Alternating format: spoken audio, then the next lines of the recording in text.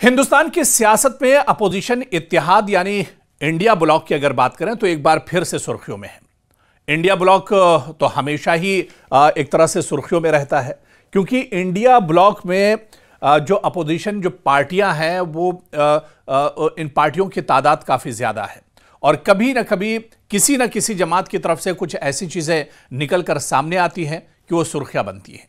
मगर इस बार वजह हुकूमत पर हमला नहीं है, बल्कि खुद अपोजिशन के अंदर बढ़ती हुई बेचैनी, इख्तिलाफात हैं और ये इख्तिलाफात अब खुलकर सामने आ रहे हैं, क्योंकि जम्मू कश्मीर के वजीर आला और नेशनल कॉन्फ्रेंस के रहनुमा उमर अब्दुल्ला के ताजा बयान ने इस बहस को मजीद तेज कर दिया है।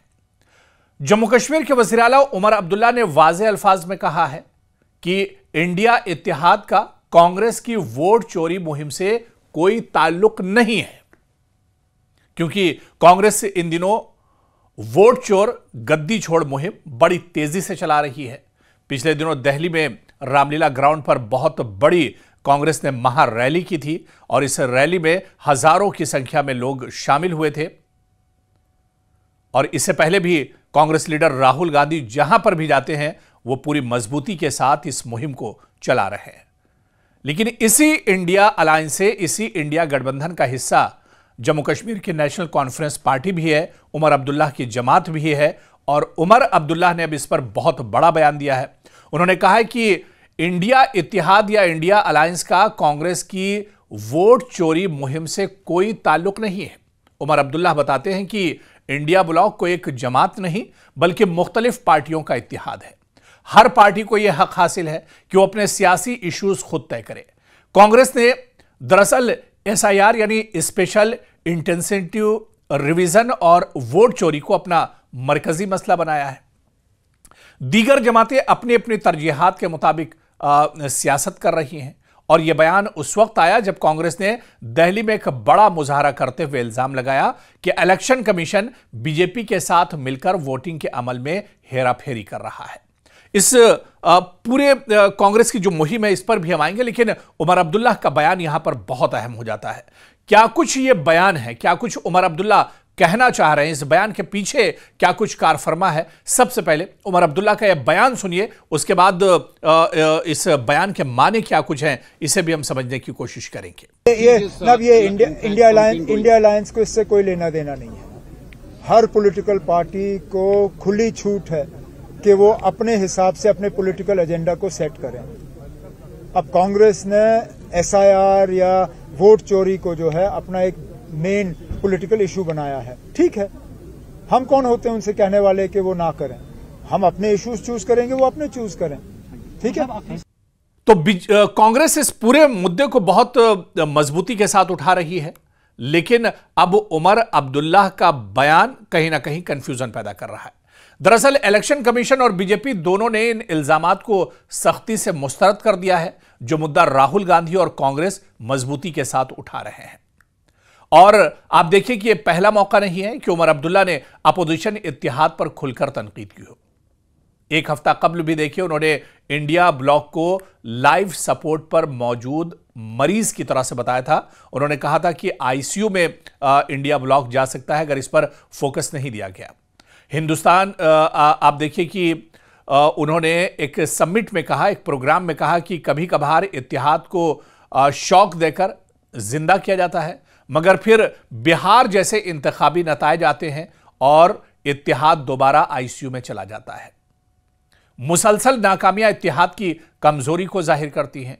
उमर अब्दुल्ला ने यह भी कहा कि इंडिया ब्लॉक की सियासी हिकमत अमली ने नीतीश कुमार की एनडीए दोबारा उसकी तरफ धकेल दिया है और बिहार में सीट शेयरिंग के दौरान झारखंड मुक्ति मोर्चा को मुनासिब जगह न देना एक बड़ी गलती थी।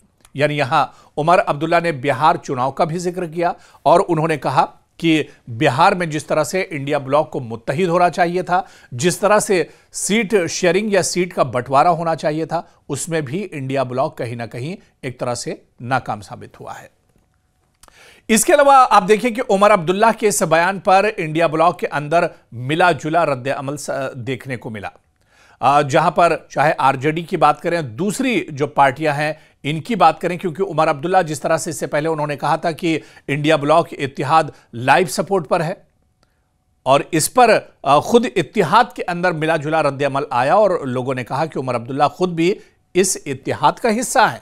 उमर अब्दुल्ला ये क्यों समझते हैं कि वो इंडिया ब्लॉक के बाहर है, और तनकीद के साथ जिम्मेदारी भी यहां पर सबकी बनती है। अगर इंडिया ब्लॉक की बिहार में शिकस्त हुई है तो इस शिकस्त की जिम्मेदारी इस इंडिया ब्लॉक में जितनी जमातें हैं उन सब की बनती है, जितने लीडरान हैं उन सब की जिम्मेदारी कहीं ना कहीं बनती है। और इसी तरह से इत्तेहाद का मकसद बीजेपी को शिकस्त देना और जमहूरियत बचाना था। अब सवाल यह है कि कोऑर्डिनेशन क्यों नाकाम रही, आखिर यह इत्तेहाद नाकाम क्यों रहा। तमाम जमातों को खुद एहतसाबी करनी चाहिए जो इत्तेहाद में है।